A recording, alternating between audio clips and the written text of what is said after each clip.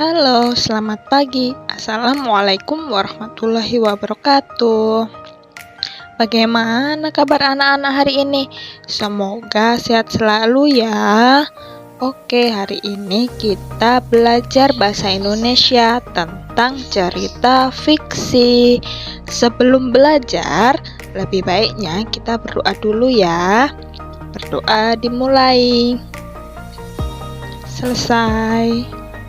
Oke, kita mulai ya. Apa sih itu cerita fiksi? Cerita fiksi adalah cerita rekaan atau khayalan pengarang. Isi cerita dapat murni berasal dari khayalan pengarang, tetapi juga dapat berdasarkan fakta. Cerita fiksi yang dikarang berdasarkan fakta diperoleh dari berbagai pengalaman, baik pengalaman diri sendiri maupun pengalaman orang lain. Kemudian, pengalaman tersebut diolah menjadi bahan cerita yang menarik. Ciri-ciri cerita fiksi. 1. Merupakan cerita rekaan atau cerita nyata yang diolah oleh pengarang. 2. Bertujuan untuk menghibur dengan menceritakan sesuatu peristiwa. Yang ketiga, disajikan dalam alur cerita. Menggunakan bahasa yang komunikatif, artinya bahasa itu merupakan bahasa sehari-hari, bisa mudah dipahami pembacanya. Menggunakan bahasa tidak baku, artinya bahasa yang digunakan boleh menggunakan bahasa tidak baku, tidak harus menggunakan bahasa baku sesuai EYD. Jenis-jenis cerita fiksi, ada cerita rakyat, cerpen atau cerita pendek, dan novel. Cerita rakyat. Cerita rakyat adalah cerita yang berasal dari masyarakat lampau yang kerap diperkenalkan kepada generasi berikutnya. Contoh cerita rakyat yaitu ada cerita jenaka. Cerita jenaka adalah cerita pendek berisi kecerdikan seorang dan menimbulkan senyum atau tawa bagi pembaca atau pendengarnya. Contohnya Pak Pandir, Pak Belalang, dan Lebay Malang. Contoh cerita lainnya yaitu ada mite. Mite adalah cerita berhubungan dengan kepercayaan sesuatu benda, peristiwa gaib, alam gaib, atau yang dipercayai mempunyai kekuatan gaib seperti dewa, peri, dan Tuhan. Contohnya Putri Tanjung Puih, Putri dari Bambu. Oke, yang selanjutnya ada cerita fabel. Cerita fabel adalah cerita dengan tokoh binatang yang diceritakan hidup dan bermasyarakat seperti manusia. Jadi binatang-binatangnya itu hidup seperti manusia. Contohnya ada kancil dengan buaya dan burung bangau. Contoh cerita rakyat selanjutnya yaitu legenda. Legenda adalah cerita lama mengisahkan riwayat terjadinya suatu tempat atau wilayah, kejadian alam, asal-usul benda, atau kejadian di suatu tempat atau daerah. Contohnya yaitu terjadinya Gunung Tangkuban Perahu, asal-usul Banyuwangi, dan lain-lain. Kemudian ada cerita sage. Cerita sage adalah cerita lama yang mengandung unsur sejarah, misalnya kepahlawanan. Contohnya Calon Arang dan Lutung Kasarung. Jenis cerita fiksi selanjutnya yaitu ada cerpen. Cerpen adalah sebuah cerita fiksi yang memaparkan kisah atau cerita tentang kehidupan manusia melalui tulisan pendek. Cerpen dapat selesai dibaca dalam sekali duduk. Contohnya yaitu cerpen-cerpen anak pada majalah atau surat kabar. Atau itu loh yang anak-anak biasanya di perpus itu baca juga namanya cerpen, cerita pendek. Jenis cerita fiksi selanjutnya yaitu ada novel. Novel adalah cerita fiksi yang panjang dan mengandung rangkaian cerita kehidupan seseorang dengan orang di sekelilingnya dengan menonjolkan watak setiap tokoh. Contohnya yaitu novel Laskar Pelangi karya Andrea Hirata. Sudah pernah baca kah anak-anak novel ini? Oke, tadi kita membahas tentang jenis cerita fiksi.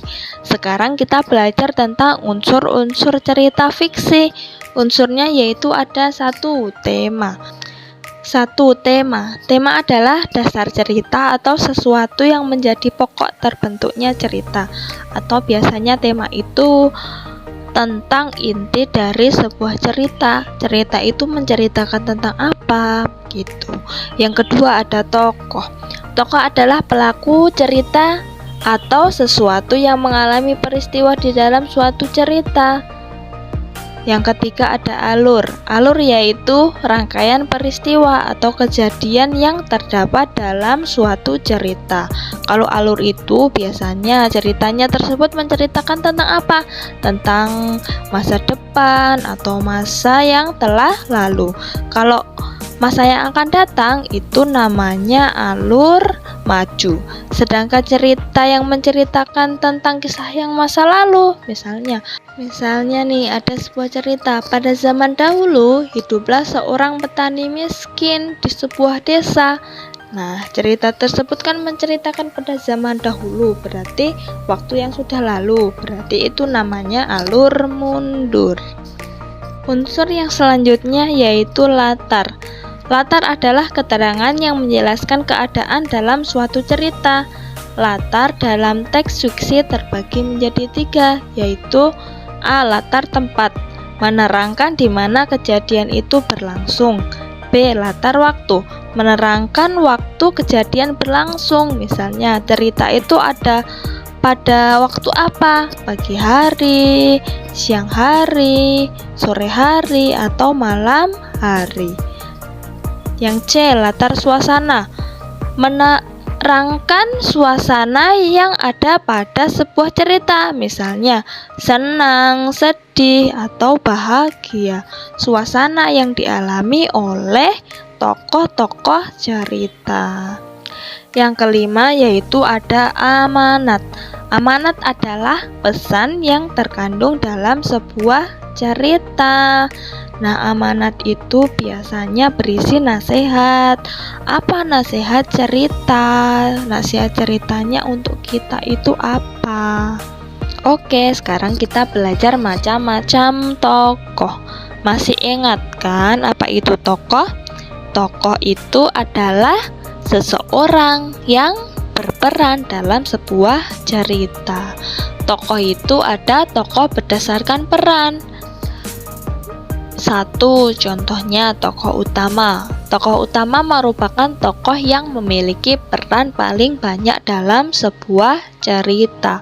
Biasanya tokoh utama itu ya tokoh yang banyak diceritakan dalam sebuah cerita. Kemudian ada tokoh figuran. Tokoh figuran adalah tokoh yang munculnya hanya sesekali.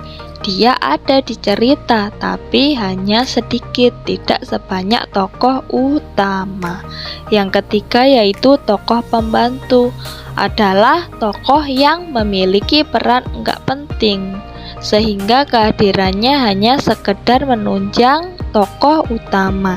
Jadi tokoh pembantu ini dia hanya sedikit sekali munculnya. Yang selanjutnya ada tokoh berdasarkan watak. Satu, yaitu tokoh protagonis, merupakan tokoh yang memiliki watak baik.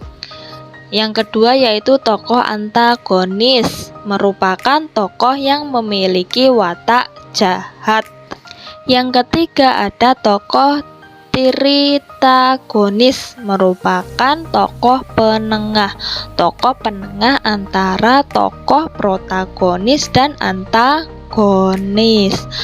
Tokoh tritagonis ini merupakan penengah yang menjadi penengah untuk tokoh antagonis dan protagonis yang menamaikan antara kedua tokoh tersebut, tokoh yang baik dan tokoh jahat. Wah, sekarang kita sudah selesai nih materinya. Panjang sekali ya materinya. Ibu harap anak-anak tidak bosan dan tetap semangat belajar ya. Nah, sekarang ada tugas nih untuk anak-anak menggunakan buku paket. Ada buku paketnya semua kan? Paket tema 8. Tugasnya yaitu Bacalah cerita kisah Putri Tanguk pada buku paket halaman 44. Anak-anak baca dengan seksama. Setelah dibaca, kerjakan soal halaman 47 sampai 48, nomor 1 sampai 5. Ditulis soalnya di buku tulis bahasa Indonesia. Nah, sekian pembelajaran dari Ibu. Tetap semangat ya. Jika ada yang belum jelas, boleh ditanyakan. Sekian, wassalamualaikum warahmatullahi wabarakatuh.